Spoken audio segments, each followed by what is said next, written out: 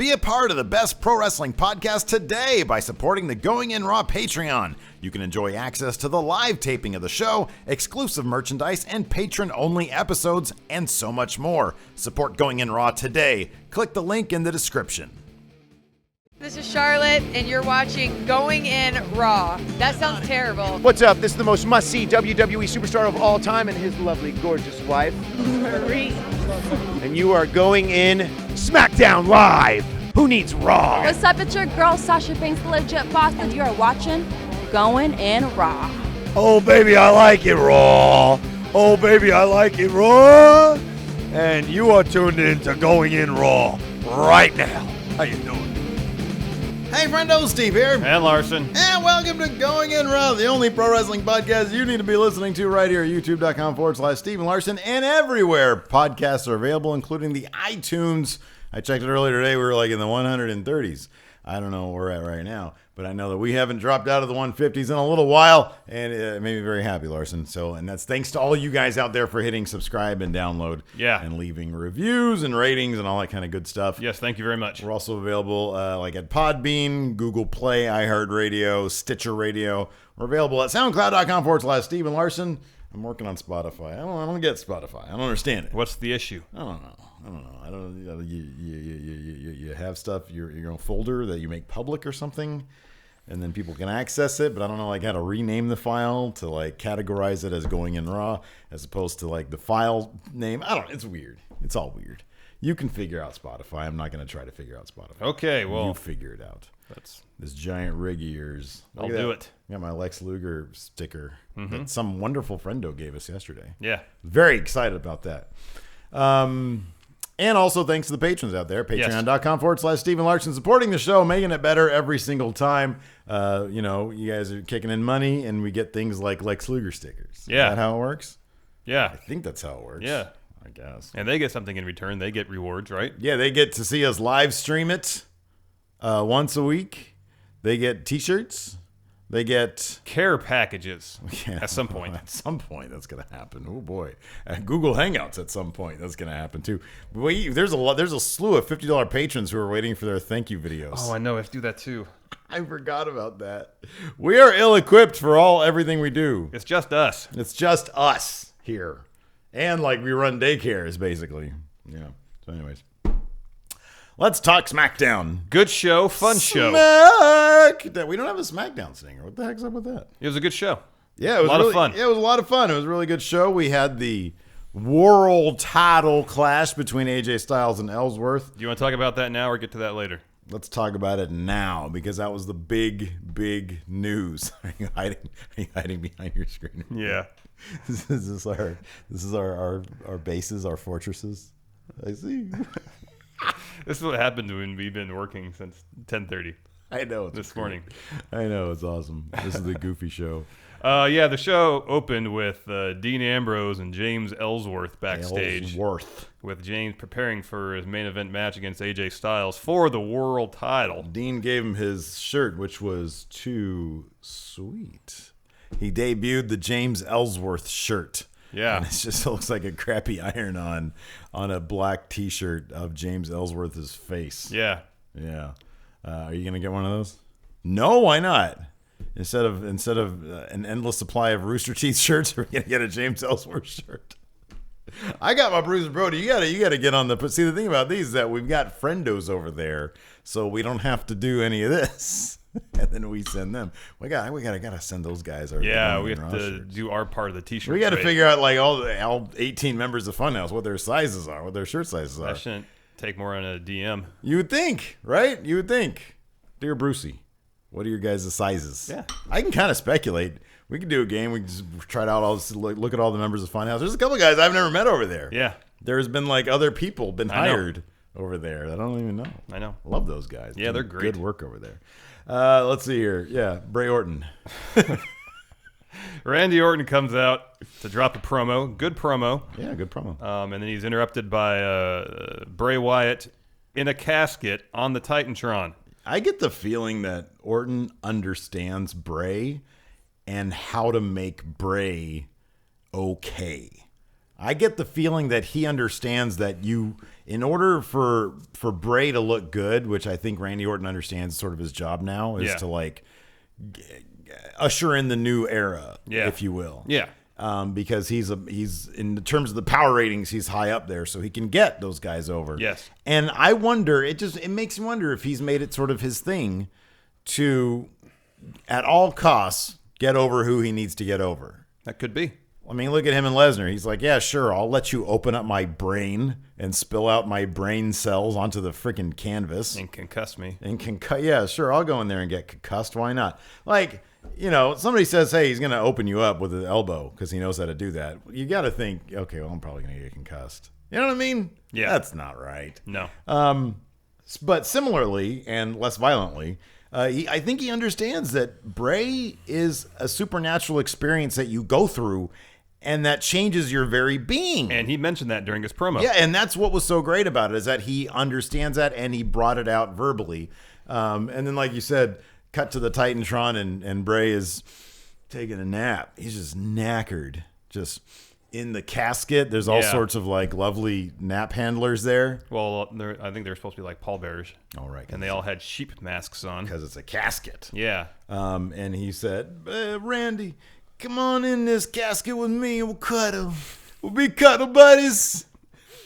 They look very comfortable.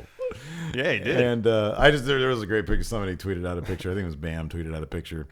Somebody snapped from like a hotel room or something down the street, and you see AJ waiting for the bus, and Bray's next to him smiling at something AJ said. I love that. Anytime Bray breaks kayfabe is great. Okay, so like when he was wearing that Doritos shirt that I have, the Doritos. Anyways, Bray gives another cryptic promo. As he does. Yeah, and he says, Randy, he's here. Yeah. Cue Luke Harper. Luke Harper's music. Yeah. He comes out for his match against Randy. Yeah. I guess about halfway through it, the sheep-masked pallbearers bring Bray in the coffin down to ringside. I feel like Bray is on whoever is in control of Bray's destiny right now has him on the right track. And I just hope that it's a trajectory that goes this way, because this is the kind of thing that he needs to be doing. They realize that Bray can be Undertaker 2.0. When Bray is just by himself, it's underwhelming. I mean, I'm fine with him by himself, but part of Bray's mystique is having these pallbearers, having that little kid, remember like a year or two ago, who was creepy. I think he was fighting Randy Orton then too. I forget. No, it was John Cena. But that was Cena, right? Yeah. That was Cena. And Luke Harper in there. Hopefully Eric Rowan will be okay. He'll come back. You know, I was disappointed when Braun Strowman left, but I like Braun, and I hope he's going to do good. But I like this sort of new variation on the Wyatts. One thing that I would love to see, especially since we saw this sort of at the Wyatt compound fight with the New Day, was you see like a whole army of Wyatts. Yeah. And I would love to see that. Like, they don't, like, we've sort of said before, if Bo were to join them, and you said, what if he was flanked by all these guys who are strong in the ring and strong in personality, individuals, but all part of the Wyatt family? Yeah. What if he was flanked by them, which would be one aspect of that coin, but then on the flip side of that, what if you had a bunch of faceless sort of minions also flanking whenever you needed them? Yeah. Them. So I like that they can mix it up. I like that they're mixing it up, and I think they're getting creative with Bray, and I think that's what he needs. So, anyways, the pallbearers bring Bray down in his casket. He gets in, and they both attack Orton. Yeah. And they get DQ'd, or Harper gets DQ'd. And during the scuffle, the coffin gets closed. Yeah. And so after the DQ, coffin opens. Kane is in there. Yeah. And so he comes out. It's kind of cool because Bray sold Kane, you know, because Kane's supposed to be a monster also. Yeah. Kane gets out, and the four of them fight some. They start going at it. Orton and Kane start to get the upper hand. As soon as that happens, cut the lights, the weird Bray thing happens, and the lights come back on, and they have teleported out. So the teleportation ability of Bray Wyatt and the Wyatt family has been firmly established. Exactly. His new finisher is to teleport the fuck out of there. Which I like that. So anyways. It's all good stuff, and it's all interesting and in a good direction for the Wyatt family. It's all good stuff. I hope they carry through with it, with the rest of this Orton feud and beyond. I know, I agree. And it's great that Randy, as we mentioned earlier, is acting like this feud is changing him. He seems like he understands like what you need to do with Bray Wyatt. Yeah. You need to be too sweet. Kevin Nash, no. Goldberg here. Remember that? Yeah. Goldberg here. Are you too sweet? Anyway, sorry. We had an AJ Styles promo backstage. Yeah. Where camera was getting really close on his face. Yeah, it was. And he was just going off on Dean. I think they just I liked it because it was obvious that if there was writing involved, Dean didn't really stick to the script because Dean was just saying what Dean wanted to say. Yeah. And I like that. So he was just going off. Dean, I mean, AJ, I said Dean. AJ seems too happy to be there to be an effective heel. Well, that was until the main event when he was landing some stiff shots. He was laying in Ellsworth. I know he was selling the frustration. I did like that. But he just seems like too nice of a guy to put. Like it's sort of different.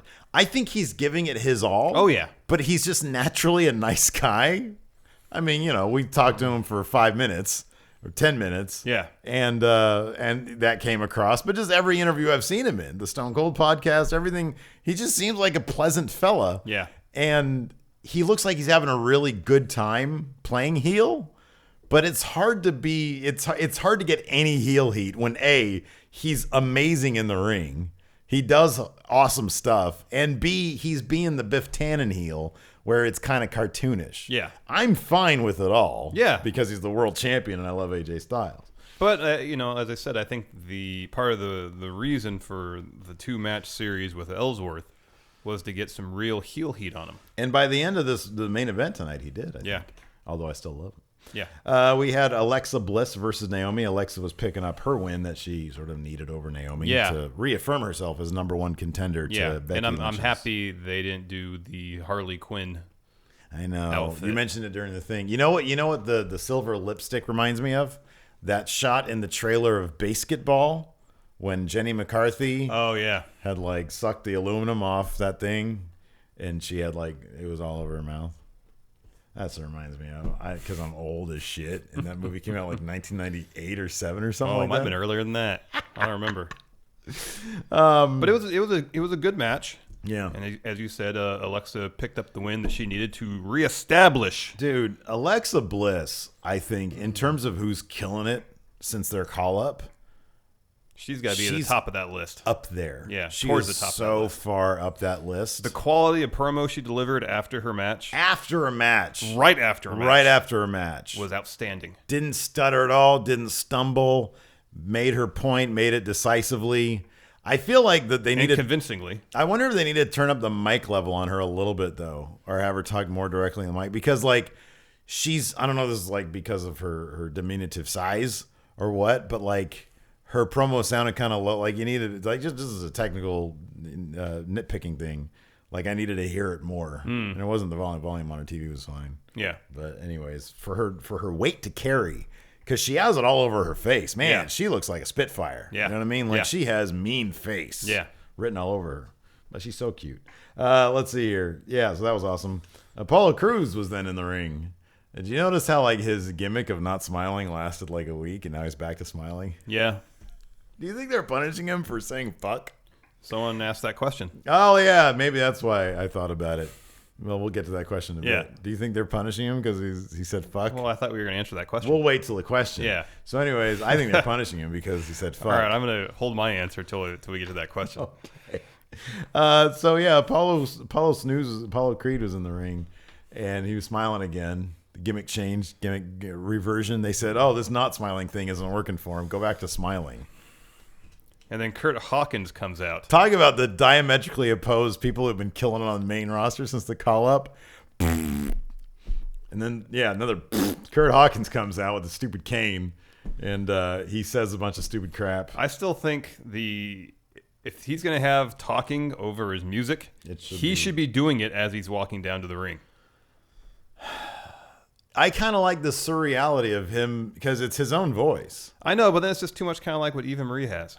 No, but it's not her voice. No, I understand that, but it's kind of the same idea. Come on, it's his. If I pitch this to you as an entrance for my fuck character. Well, maybe it's just the delivery. I think it's just Kurt Hawkins. Like, his vignettes were so bad and so annoying. And here's the thing about Kurt Hawkins, too, is that Kurt Hawkins, he's an older guy, and we like the older guys. He's got a lot of charisma. Yeah. On his face, in his voice, in his delivery, in his stature, in his look, everything. He's got a lot of charisma. This thing they've written for him is crap. And I like taking risks on things. Yeah. I like that because the Eva Marie voiceover was a big risk, but it paid off. Oh, it was amazing immediately. It's fantastic. This is not. This feels like, oh, crap. No, it's not a good idea. Yeah. Because people are just booing the crap out of it. Yes. And with Eva Marie, people were immediately like kind of intrigued. Yeah. You know, like when she did the voiceover thing and then she came out mishap after mishap. And this, A, just feels like that over again. Yeah. But B, wasted on a guy who I think can do a lot more. Oh, yeah. But anyways, he comes out, drops a promo, and I don't remember what inspired it, but Apollo Crews hit him. Oh, he called him Apollo Lose. Yeah. It was That's terrible. what it was. And like he moved the mic away from his mouth as he said the S in lose. So he said, Apollo Lou. So it's like, yeah, we know he said lose, but it didn't sound. It just said Apollo Lou. I didn't notice that. Okay, well, I did. I'll watch it again. You'll see. Okay. I'll make the clip for you. There you go. I'll edit it out for you. So anyways, yeah, so Apollo Crews slaps the shit off his face, and Kurt Hawkins turns around and leaves and says you ruined my debut. Yeah, just because of you, I will not have my in-ring debut tonight. And we knew that something stupid was going to happen. And what cracks me up is that 3-minute segment got bumped from last week. I know. Well, it was the shortest thing, and they couldn't fit it in somewhere last week. Anyways, so yeah, Apollo Crews picked up the count-out victory, I imagine. I don't think the bell ever rang. Bell never rang, so It wasn't he an didn't official pick match. up. Yeah, so again, punishing him for saying fuck. Well, I don't know. We'll get to the definitive answer shortly.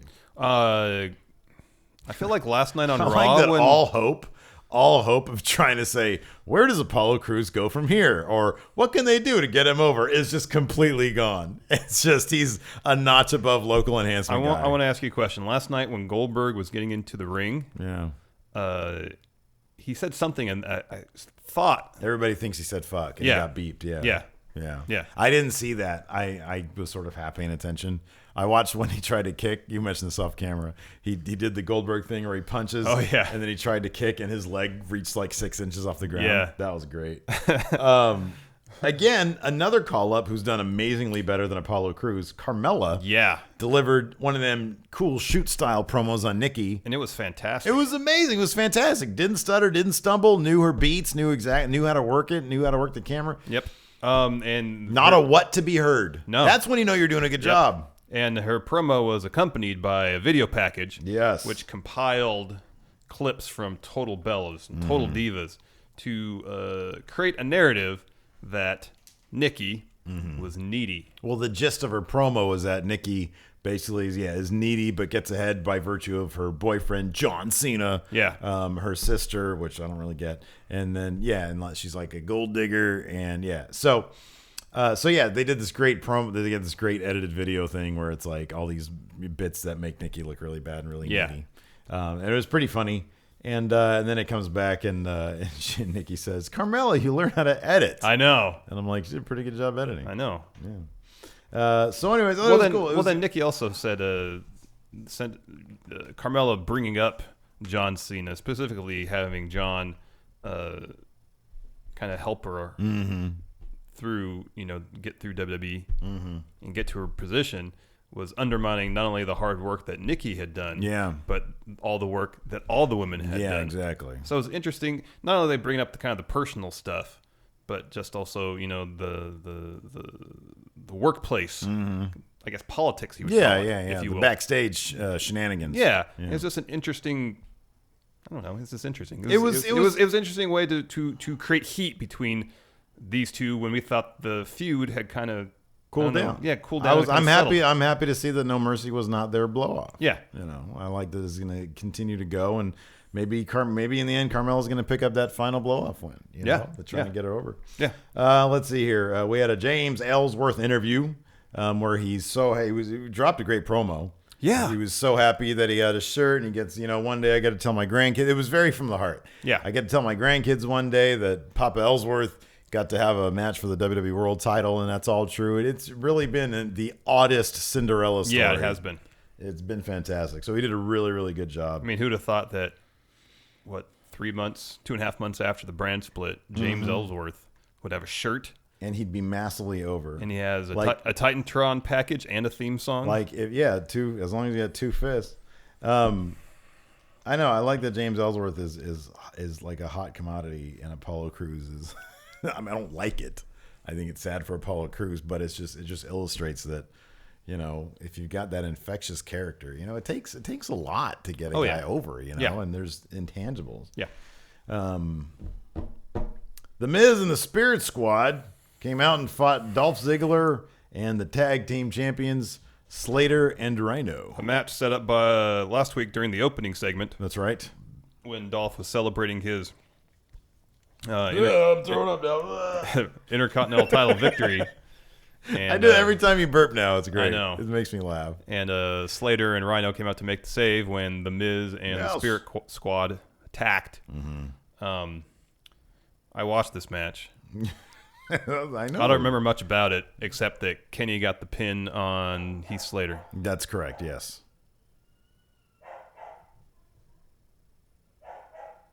That's my very loud dog. Okay. I didn't really pay attention much to this match either. I mean, I did. I remember watching it. I watched it.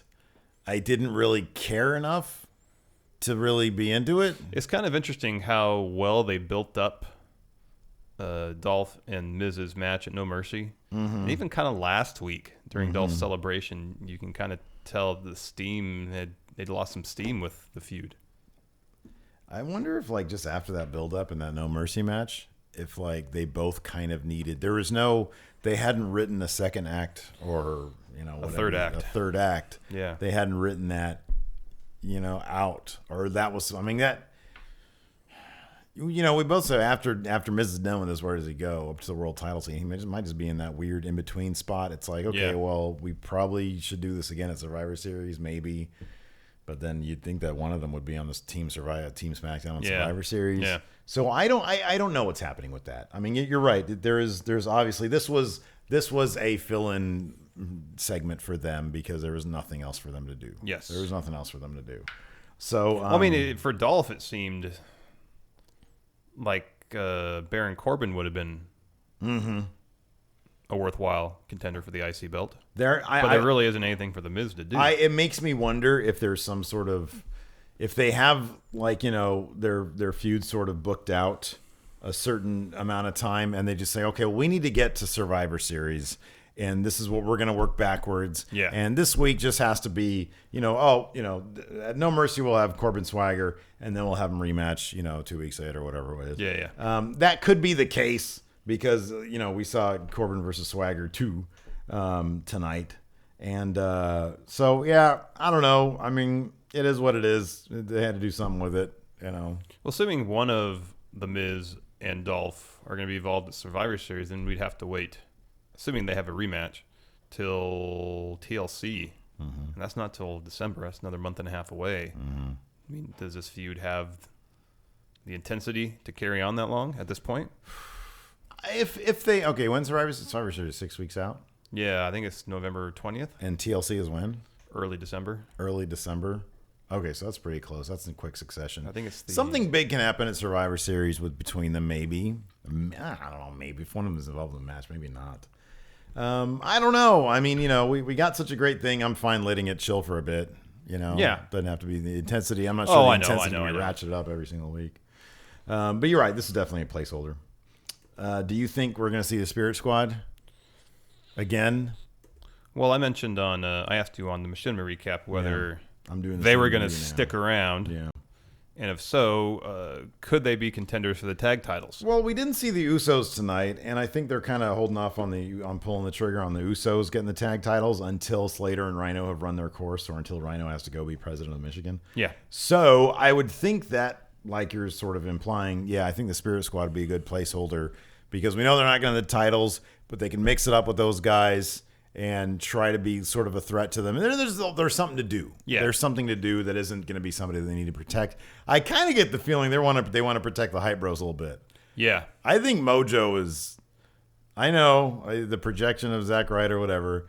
I think that WWE is probably really big on Mojo. You think so? There is something oddly infectious about when he wiggles his dick around. Yeah. We were just watching Talking Smack. And don't you want to hang out with that guy? Started, and he was really good. He's really good. He's so natural on the mic in front of a crowd, all that. Yeah. He just flows. He's really quick on his feet.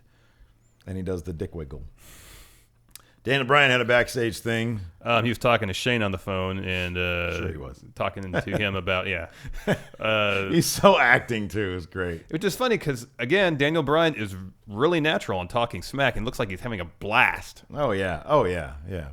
And then segments like this, it looks like work to him. It's because he's being given words to say. Oh, I know. That's what it is, I know. dude. You can't, like, if some kid gives you a script and you have to memorize it, or they're gonna fucking throw a fit over you. I know. That's got to be a pain in the ass. But Daniel Bryan was on the phone with Shane talking about Raw accepting their challenge for Survivor Series. Yes. In comes Natalya, Block party. who volunteers to be a part of one of the Survivor Series teams. Yes. But does so using Whitney Houston lyrics. Yeah. It was funny. Yeah, it was pretty funny. Really weird, but pretty funny. But then she starts showing Daniel Bryan pictures of her cat, That's not a euphemism. She was actually showing him pictures of her which cat. lasted a match and 2 commercial breaks.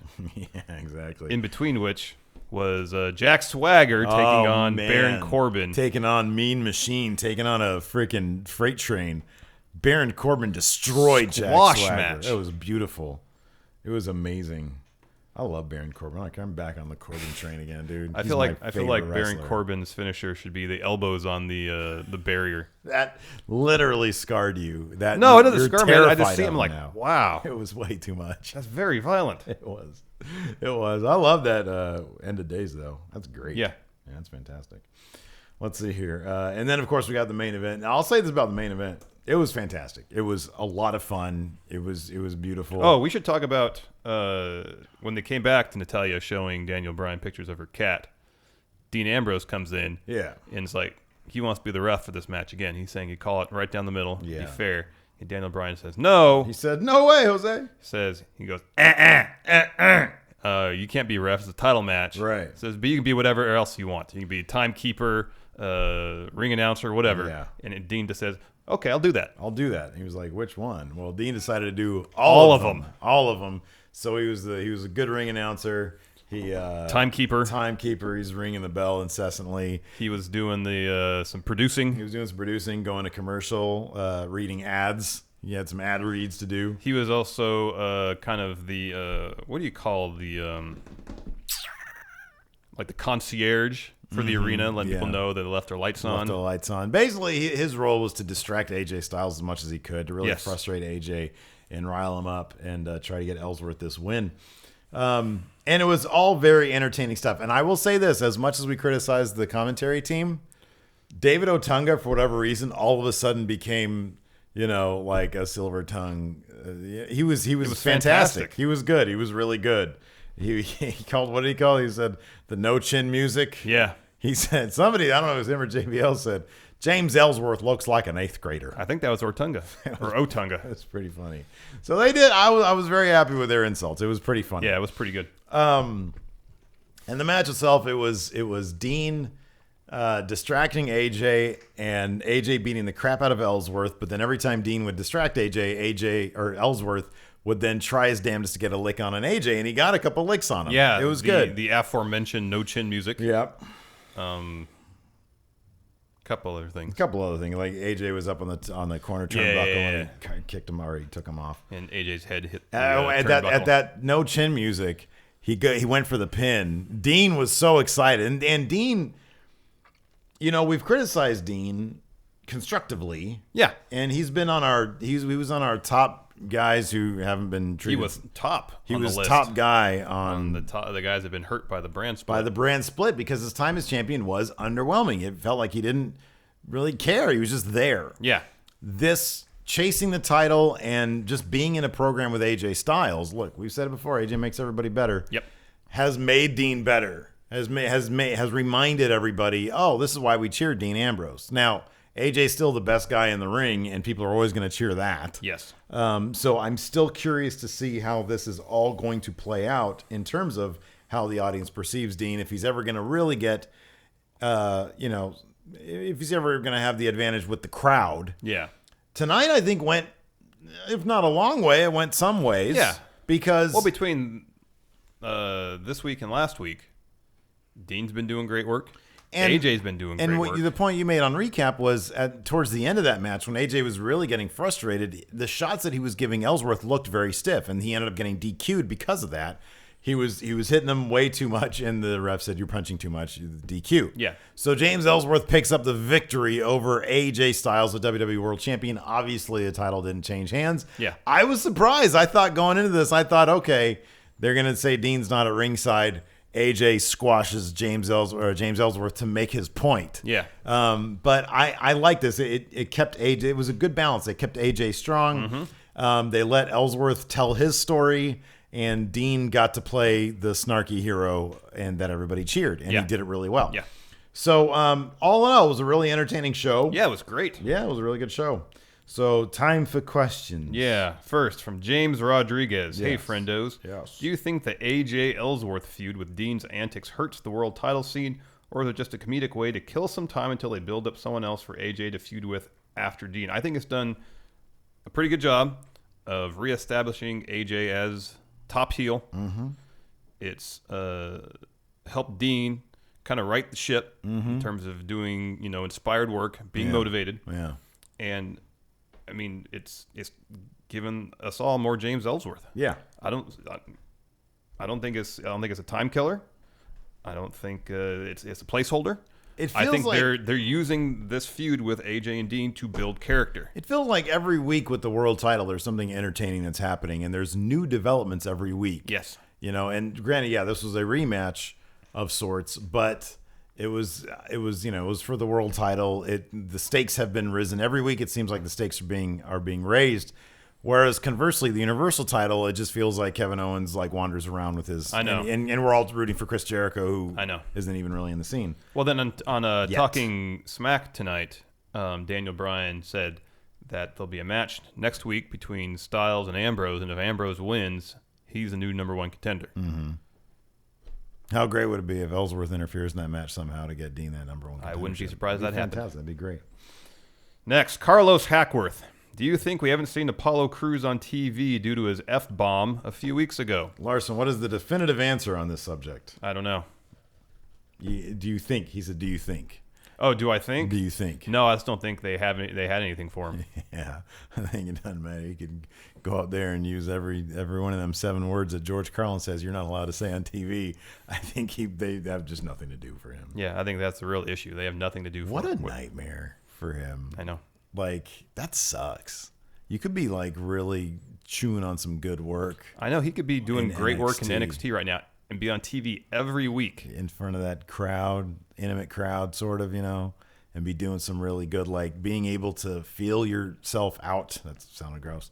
Being able to really understand who you're supposed to be in this universe. Because even at NXT, he was never given an opportunity to develop a character. He had a match against Tyler Breeze, and I think that was it. I mean, he had other matches, but that was his main program was just against Tyler Breeze, and all of a sudden they brought him up, and it was like, what? Yeah. Are you serious? That's weird. Yeah, I still don't understand that at all. It doesn't make a lick of sense. He could, and the funny thing is, SmackDown really needs him. They need a solid mid-card guy, on the level. I'm sorry, it's sort of been decided at this point, but Baron Corbin, say what you will about him, but he goes out there every week, and he does what he's supposed to do.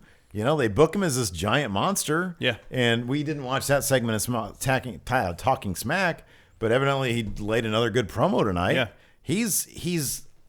Baron understands who he's supposed to be. And I think you said before, probably because that's who he is, and that's fine. Yeah, that's totally fine. But if that's something that people are really responding to, and I think they are, and Apollo Crews, are they just not responding to who he is? We don't know who he is. I know who Baron Corbin is. He gets that across in one promo. Yeah. I have no idea who Apollo Crews is. Besides, they'll run a package talking about his history and, what it took for him to get there. But that's not who a person is. It's what they've done. Yeah. They haven't given him any opportunity to establish a character. Right. And Baron Corbin, I believe it when he kills Jack Swagger. Yep. I believe it. Yep, because they keep pushing the 3-time Golden Gloves champ. Mm-hmm, yeah, exactly. They keep on pushing that. They keep on talking about his football career. Yeah. And honestly, I've been pleasantly surprised. It's like, I really hope my thing with Baron Corbin is that I think it's too early to tell if he can be in that legitimate world title scene, but that's okay. It's okay for it to be far too early for that. Yeah. You know what I mean? Oh yeah. It's like let him do what he's doing for a couple of years. Yeah, let him develop his character. Let him contend for some mid-card titles. Yeah. And then see where it goes. And see where it goes from there. Exactly. It's like at a certain point, if he just keeps at it and they keep on booking him in this manner. Yeah. And give him like in his early years, give him a couple of failed world title shots. Give him a couple of failed, Yeah.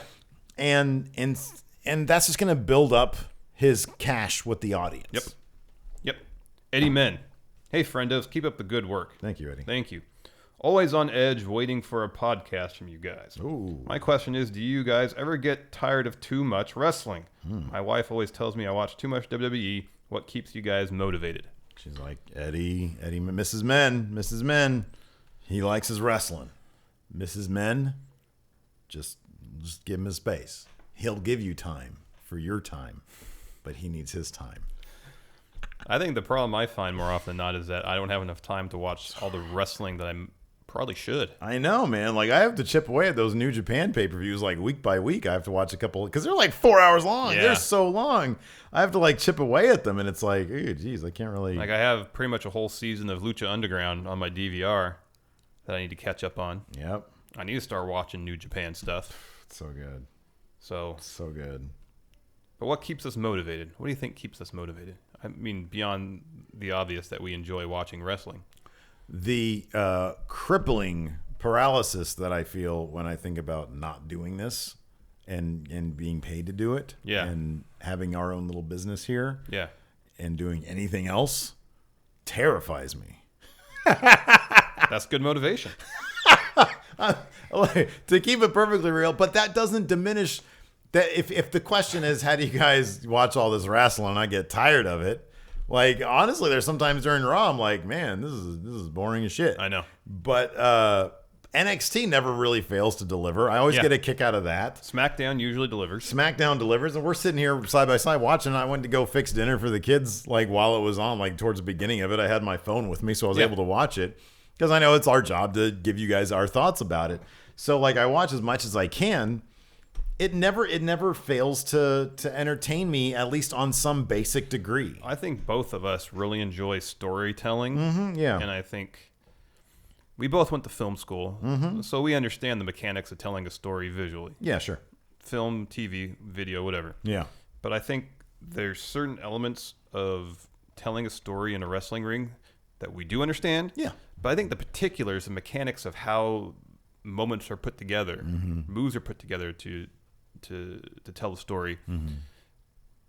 We understand, but maybe on a very basic level. And I think trying to figure out the psychology and the mechanics of how a match is put together fascinates us. Yeah, At least it does me. Yeah. So when I watch a match and I'm really into it and I think it's good, I sit there and I think, okay, on a basic level, this is entertaining, this is captivating my attention, this is good stuff.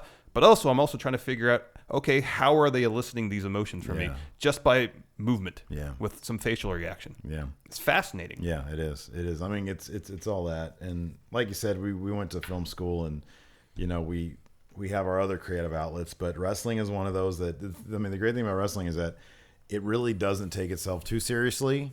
So when it does, it can be very captivating. Yes. And the odd relationship between fan and the product is fascinating, and how it relates to people. And it's just, by and large, like its history is really odd. Yeah. But it's, I don't know. I mean, it's just, I don't know. I mean, like going back to Cena and Styles match at SummerSlam. I mean, there were some good spots, but nothing, terribly outrageous or never before seen high spots. Right. It was just a really well told story. Yeah, exactly. And everybody in that arena got sucked into that story. And it fascinates me how just by doing some moves and a couple, facial reactions, those two guys can captivate 16,000 people and millions watching around the world. Yeah. It's just really interesting. Yeah, it is. And I want to know more about about the process of how they do that. Yeah. Without having to go to wrestling school and actually do it myself. Oh, yeah. I don't want to take any bumps. No. Yeah. Retired Dwayne Nix. We have all been hearing rumors of WWE turning Cena heel for years now, but with these latest rumors of Cena possibly turning heel, how would you guys book a Cena heel turn, possibly with a victory over Undertaker at WrestleMania? I think the problem with that is a Cena heel turn with a victory over the Undertaker at WrestleMania could be so misconstrued as somebody doing what it takes to win against a supernatural figure like the Undertaker. Yeah. It would have been different if Cena had been the guy to break the streak. Yeah. Because there's instant heat associated with that. Yeah. If he broke the streak and then acted like a dick afterwards, and I mean that's an effective heel turn. But there's been rumors about this lately, like that the WWE is like sort of figuring out the right time to pull the trigger on a Cena heel turn. I mean, if his merch still sells huge, they're not going to do it. I don't know if that's going to be the case. But if they're looking to basically look, here's the thing: an over heel Cena is going to sell maybe NWO levels of merch if you get the right design behind it. Yeah. And if you find the right character. So it's not going to be the kids. It's going to be, the older people. Yep. College and up. I don't know. How do you book it at this point? The one idea I had that I've mentioned before was that he kind of does like when Bret Hart turned heel, it wasn't a full heel turn.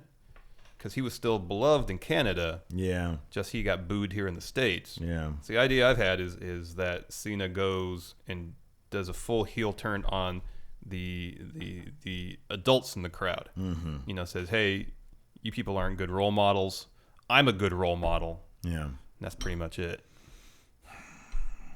So like the demographic that still buys his merch would probably still buy it in that scenario. So they get not have to worry about losing merchandise sales so much, and maybe they'll gain some because, like, the adults be like, okay, this is an interesting Cena to a certain segment of that audience. You know how I think it might work, but it would work in a way that. See, here's the thing. You got to think about this from a business standpoint. They still need to sell merch. Yes. Hogan as a heel sold a lot of merch, I would imagine. Those NWO shirts. And so you kind of need that, but if you're gonna have Cena go heel, boy, I don't know. That's it's so tough because you still need to sell them shirts. That's why I thought if you really want to, if you want like, it would be interesting to see what the reaction is if Cena turned heel on like Sami Zayn, like the most lovable underdog in the company, and never let Zayn get in a win on that particular program. Like here's how you really turn Cena heel is he just continues to keep burying people, but he's a raging dick about it. Yeah. You know what I mean? And he's fine cheating, but maybe he cheats because he wants to cheat, not because like they would have to get the point across that Cena cheats because he thinks it's fun. Because maybe he's bored out there. He knows that he could beat everybody. That's true. That's a good idea. I don't know. And they can bring up all the... Because a weak Cena is not going to work. No. A weak Cena is not... Like, that's the one thing that I always loved about the Hogan heel run is that Hogan was like the NWO's monster. Yeah. He could win legit as much as he wanted to. He was still a monster.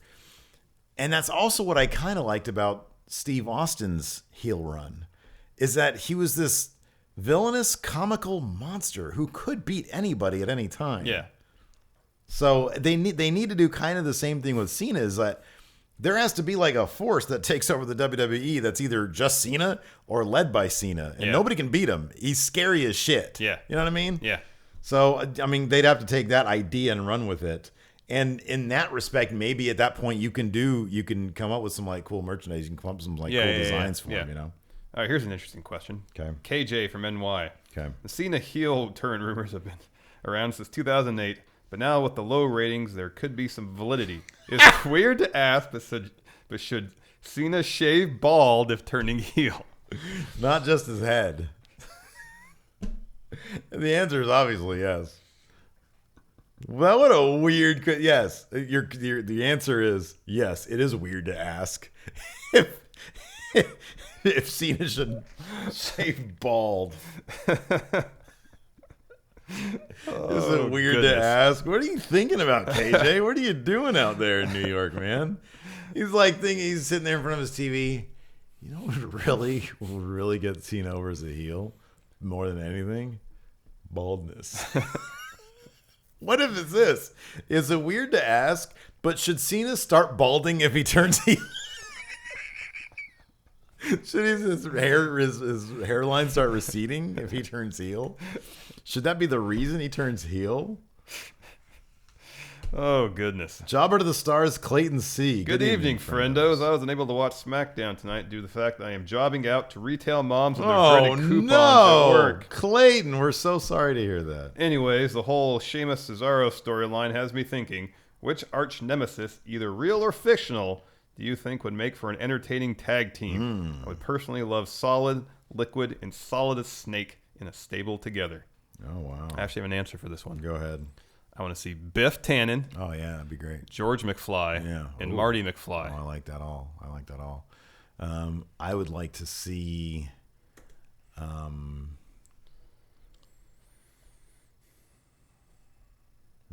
looking around my room to see what all pictures I have. I'd like to see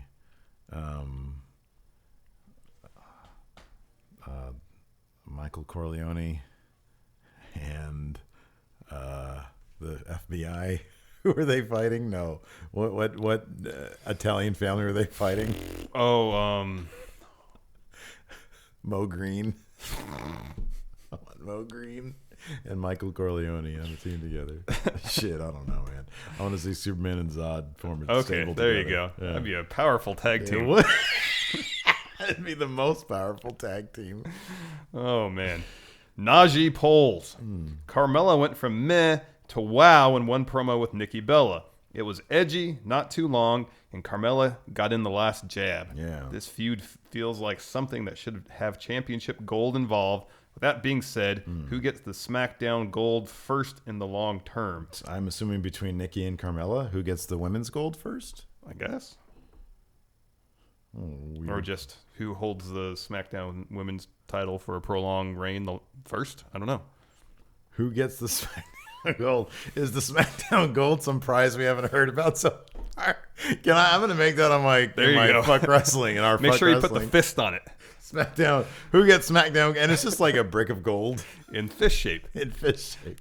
Who will get the SmackDown gold tonight in the six-pack challenge? If Najee is asking between Carmella and Nikki Bella who gets the gold, SmackDown gold first, I would say the chances are Nikki Bella probably.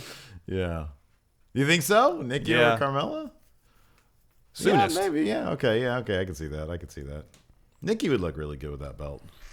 Kyle Young. The SmackDown Women's Division has become my favorite thing to watch throughout the week. Is this the most fleshed out division between the two brands? Okay, well, I know it's got the most depth. Well, in terms of quality, yeah, okay, most fleshed out. Yeah, I'm trying to think here. Okay, just think of the men's division. Let's say the men's division on Raw, up to down.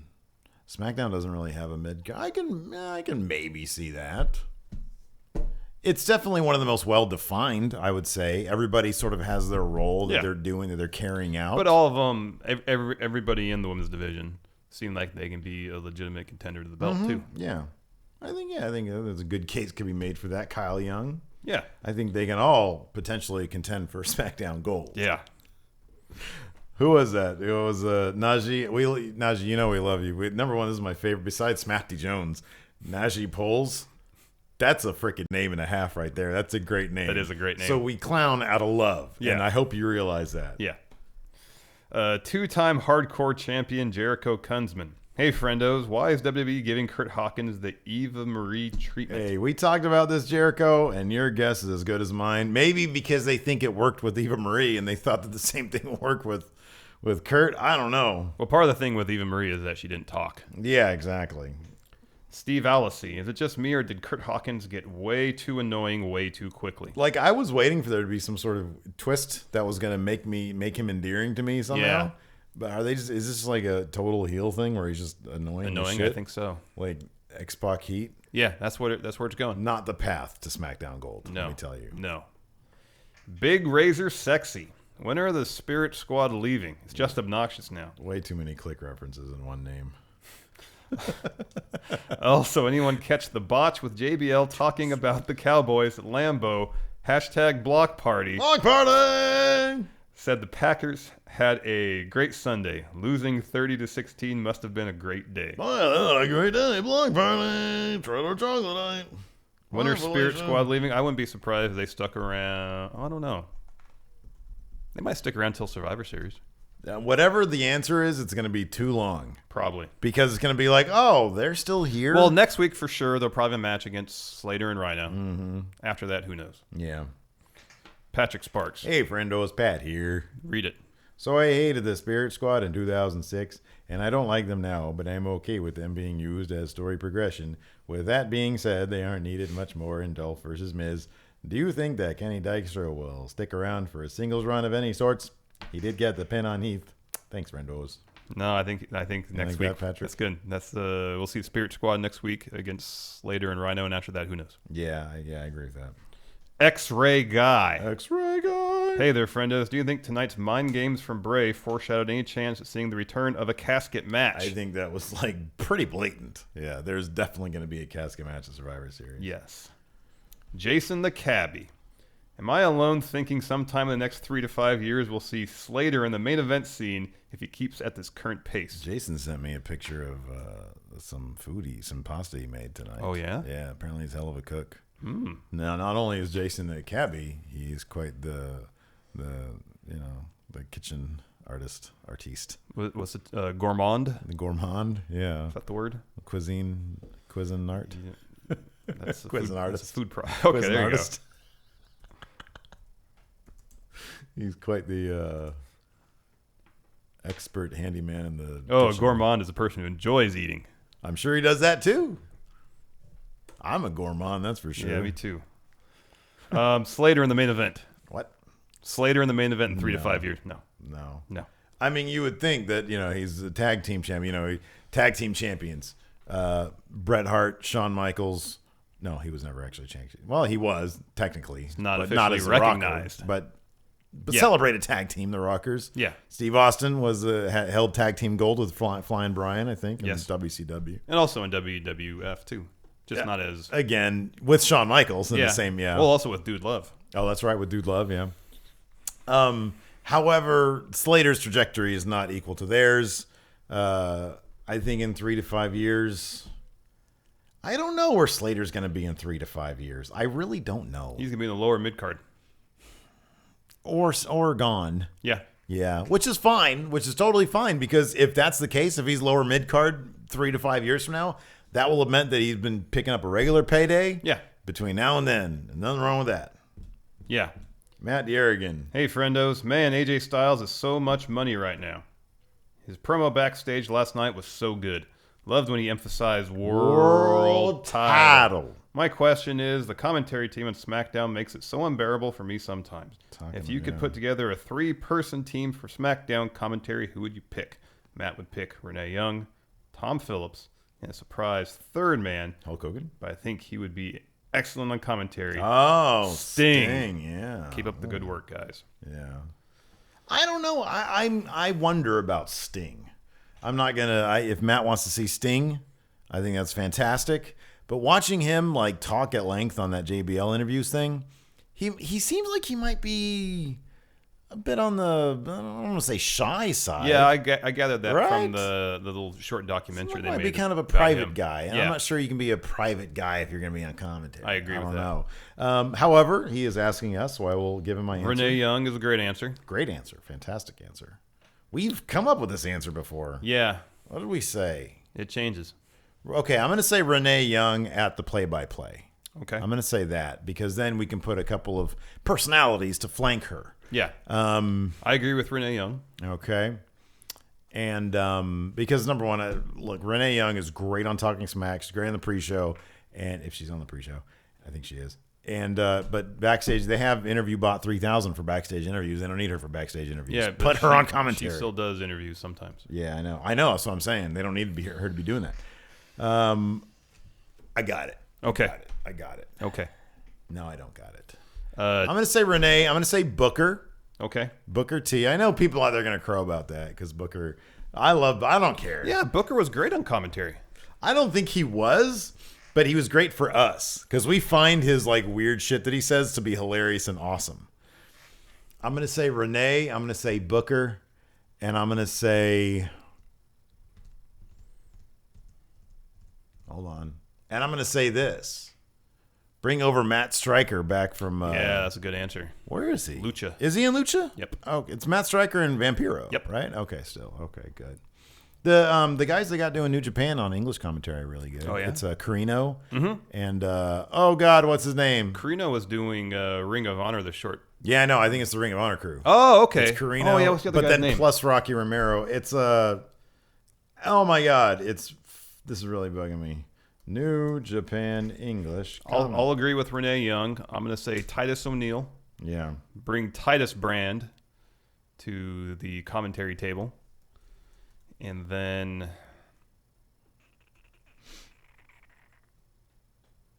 Kevin Kelly. Thank you. Oh, Kevin yeah, Kelly. yeah, yeah. My yeah. goodness gracious. Yeah. Yeah. Yeah, Matt Stryker is a really good answer, too. Yeah, Matt He's Stryker's really good. He's really good. He's Dude. really good. Yeah. Shoot. And they even have him play-by-play, and then Renee Young and Booker on either side. But let's say not Booker. Let's say Booker likes to stay on the panel on the pre-show okay. and whatnot. Let's put somebody else in there.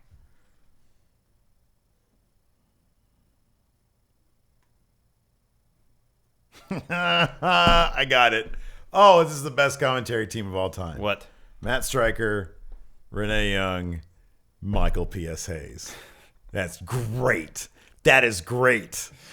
Oh, goodness. Oh, that's so amazing. That would be fantastic. Wow, that was a crap move. Start doing this during matches. Chandler 3 Productions. What's going on, friendos? You said that like world best chicken sandwich. Chandler 3 Productions. So my question for tonight is, can you guys remember the last time a jobber challenged for a title in WWE? I used to think this was a joke of an angle, but now I feel this is shades of old school WWF. I don't remember if they were jobbers per se, but I remember back when Shawn Michaels first got the world title. He would take on lower mid carders for in matches on Raw. I'm pretty sure like during those dog days of Raw, like 95, they would have like straight jobbers in world title matches. I think. Wouldn't surprise me. Yeah.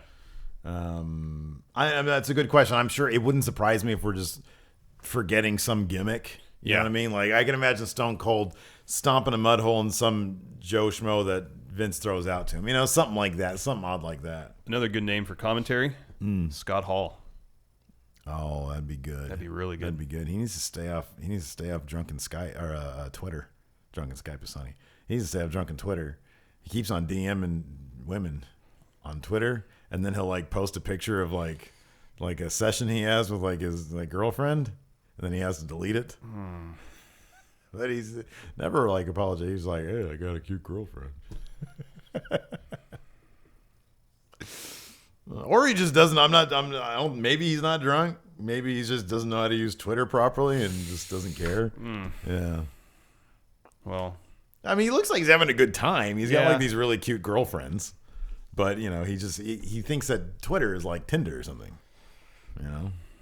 I don't know. It's okay. You don't have to be worried about the No, guy. no, well, I mean, think he's having a good time using his Twitter. That's fine. Oh, man. I'd rather see him. He needs to be at the Performance Center. Yeah. Because TV and traveling, that's a lot. Yeah. That might lead him down some Yeah, paths no, you that's a wanna good go point. to, you know? That's a good point. I just think of that Stone Cold podcast he was on and how Oh man, how well he's spoken fantastic. and lucid he was. He's so great, and how great it was. Those stories were amazing. And just how great it would be to hear those stories. Yeah, I know. Every week on That'd be Raw or great. SmackDown. That'd be great. But I want to see him pick on Mauro Ranallo. What do you know, nerd?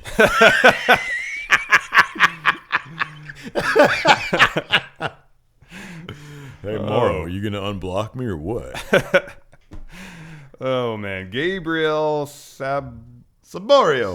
What if SmackDown Live? Wait, hold on. What if SmackDown Live started a new division or title where Ellsworth gets the gold? Gets the SmackDown gold? SmackDown gold. Maybe a network champ or a chinless division. He's like literally the only chinless person I've ever seen in my life. Like, it's weird. Network belt is a great idea. I love the net. You know, he would be great for the network championship. He would be great for that. God, that's such a money idea. Cut into network programming. That's such a great idea. God, whatever low-level writer listens to this show, Network champ. Network champion. That'd be great. Like they could be Be at an airport. Well, they kinda can't hard do that. to- They yeah. can't do that in an airport. I was thinking like at the arena before the show starts when they had just either setting up the ring or just set up the ring. Yeah. Just have a spontaneous match. Do it, yeah. House shows. Yeah. 14-time future fuck wrestling champion. Just watched Talking Smack, and Corbin gave a decent interview staying in character. My question, since you didn't see it yet, he asked Daniel, who does Daniel have for Corbin next? My question, who should face Corbin? Is Corbin ready for a title, like he brings up Dolph, or does he continue to face mid-carders? I want Corbin to clean out everybody that's beneath him. I want him to clear out everything but Dolph. You know what I mean? Like Miz is above Dolph right now. Yeah. I mean, I know he lost, but Miz is being launched up there. He's going to be up there pretty shortly. Yeah. So you've got Miz up there. But otherwise, I want Baron to start clearing out everybody. I want to clear out even the tag division. You know, it's like individually, he can have no problem beating both Ascension guys. Oh, yeah. He can have no problem beating the Vaudevillains. Have him take on Mojo Rawley and get so much heel heat for just laying a beating into Mojo. Yeah. You know what I mean? Yeah. And Zack Ryder, the true form of Mojo Rawley. Yeah. Yeah. And have him clear that out, and then we'll see Give him where a couple of months of just laying waste to the lower mid-card. to everybody so that you can't deny that he's ready for a title shot. Yeah. Jamie 10. Hey guys, I believe you mentioned that Rhino will likely be leaving sometime soon to focus on his political career as President of Michigan. That said, will that cause Heath to go back to becoming an irrelevant superstar? Do you feel there is some potential in him after his tag team I run? think there's all the potential in the world. I just don't know what they're going to do with him. know. And I don't know how seriously. You know, once you start talking about gold, then especially SmackDown gold, Yeah. then there needs to be some legitimacy behind Yes. you. And I'm not sure that a comedy act like Slater is going to play to that without making the belt look crap. Mm-hmm. And I'm not sure Slater has a side to him that people are going to take seriously. Yeah. That's the problem with him. Network champion. Network Future champion. network champion. Network champion. Adrian Stroop. Hey, friendos. What do you guys think of Carmella bringing up the fact that Nikki is with John Cena? I actually kind of agree with Nikki that it sort of takes some of the credit spotlight from the women, but I guess that's exactly what the heel would do. Do you like the general blending of reality and kayfabe? I like it when it's done well, and I think this is being done well. I mean, you know, on Total Divas and now especially on Total Bellas, Yeah. you see that Cena and Nikki are a couple. Yeah.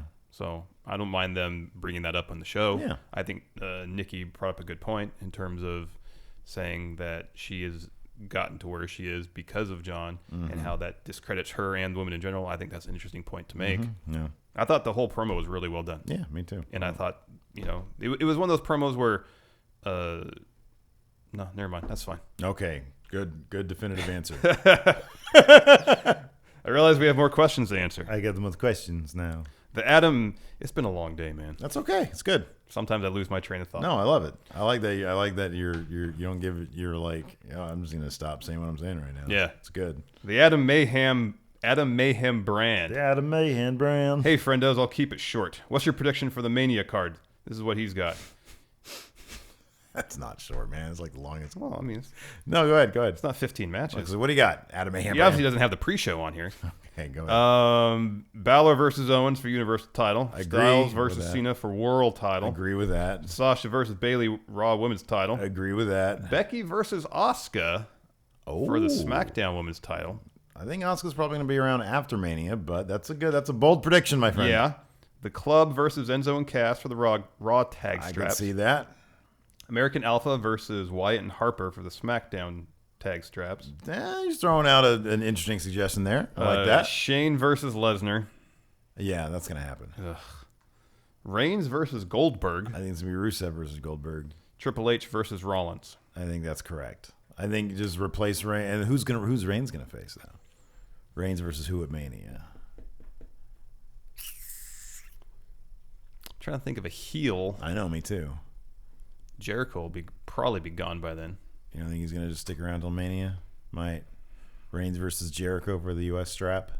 But Jericho's going to be a face by then. That's no problem. Yeah, that's true. Because of his feud with Owens. Needs to be a heel out there somewhere. I know. I can't think of anything or anybody. God, who's Reigns going to face after Rusev? What's he going to do? I know. Rusev has the whole field. I know. Reigns. There's not a so lot more much. options for heels moving forward. You know, because on there's Raw. like a lot of faces. I know. I don't know. That's I don't know. I like most of those though. Yeah. Yeah. Sheila Vike. Hello, new patron here. Oh, thank you, Sheila. I was the GOAT on Twitter.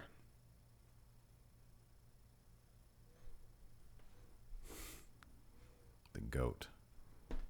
Oh, I think there was somebody on Twitter like that was like a baby goat. Okay. If I'm not mistaken. My question is, how do you think SmackDown or Raw will ever handle their titles changing brands like back in the day, now that one is literally colored to match its brand? Also, do you see SmackDown changing their belt, I assume the world title belt, to blue? Thanks. World title. I don't think we'll see belts probably changing brands, except for maybe the Intercontinental and U.S. Because Those are the only ones that really can. Yeah. So, yeah, I can see that. What was the other question? Also, do you see SmackDown changing their world title belt blue? No, I think that's staying how it Oh, is. no. That's staying how it is. Yeah, that's staying how it is. Kyle, I'm assuming she meant on her Twitter handle was there was like a baby goat or a goat or something on here. Okay, I didn't. Continue on. I didn't know that. This is gonna bug me until I find it. So go on. Kyle Ulysses. Hey guys, with James Ellsworth on SmackDown 2 weeks in a row, do you think there will be any more programs with him, or maybe even they'll offer him a contract? Man, it'd be really hard for them to let go of Ellsworth at this point. I know. It would be really, really difficult for them to do The that. fact they just released a shirt leads me to believe that he's going to stick around for a little bit. Put him in the cruiserweight division over on Raw. That'd be interesting. That'd be fantastic because he's a cruiserweight. He's tiny. But I think you're right that he'll probably be get involved next week. Yeah, I think he will. But after that, like long term, once they're done with him, I really think like, dude, he's freaking over. Yeah. You know, it's like make some money off the guy. Yeah. You know? Yeah. One more question. Andrew Wormley. So do you guys see Randy and Bray's match at Survivor Series being a casket match or a buried alive match? We kind of answered this earlier, but casket match for sure. That's exactly why they wheeled out that casket. And like you said, they're turning him into Undertaker 2.0. There was a point during the Harper Orton match tonight where Luke was about to get thrown into the casket, and he put on the brakes real quick, like, I'm not going in there. I like that. Yeah. That's good. So I think that's another allusion to a future casket match. I like it. When's the last time we saw a casket match? Wow. It's been a while. Can't be Attitude Era. No, I think there's probably been one after that. I don't think there hasn't really been. CM Punk versus Taker wasn't a casket match, was No. it? That wasn't a casket match. List of casket matches in history. I'm working on it. Okay. Last one, according to the list I found, was 2008. Who was it? The Undertaker versus Well. I can tell you who lost that one. Yes. And his theme song started out with Well. All right, that's all the questions we got. That's all the questions we got. You know what it's time for? Oh yeah. Never forget about trivia, man. This is my favorite time. I have to go get the cards. You get the prizes. I've got cards over here. So far, I got Paul London, and I've got Renee Dupree. Oh, okay. Well, that top one is the one that we did last week. Okay. And the other one under that might be the one we did last week too. Well, the answers are that way. So turn it over.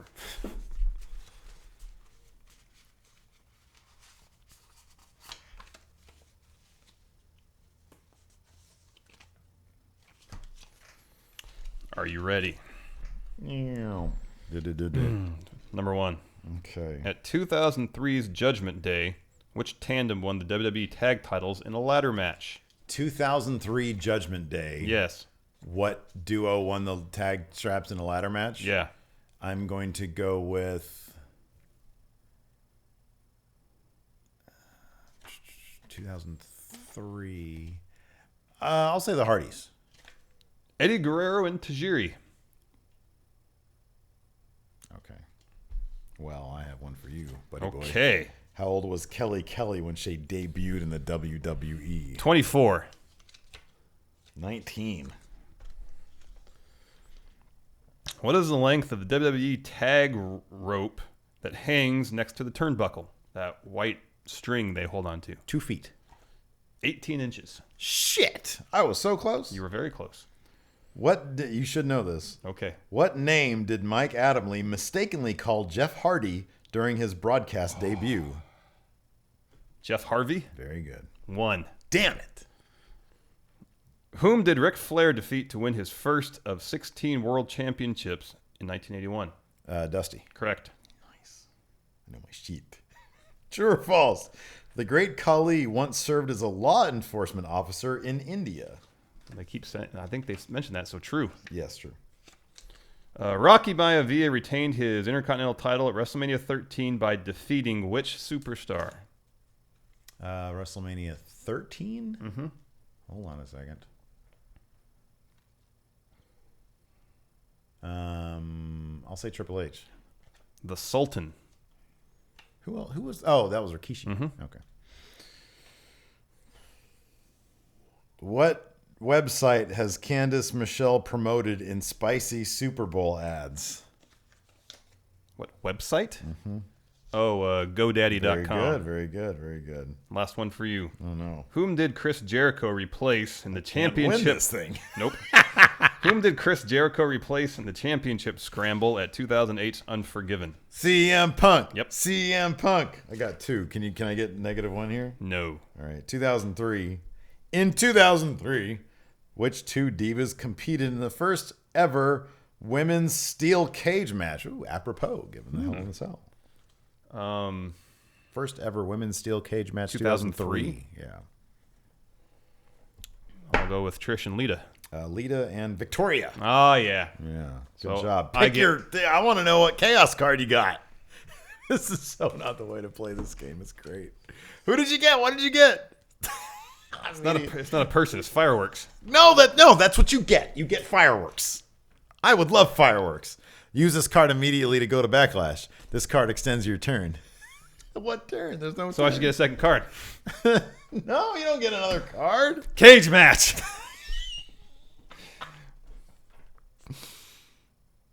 Okay. Hey, I will trade you fireworks for Rene Dupree. No, I like my fireworks now. Damn it. Well, how did you get a cage match also then? Because the fireworks said, Extend your turn? yeah, so I get 2 cards now. All right. Oh, anyways, this is our SmackDown episode of Going In Raw. We really appreciate all the support out there, you guys. And Najee Poles, I hope you understand that we love you. SmackDown Gold is great, though. All right, we'll talk to you guys later. Bye.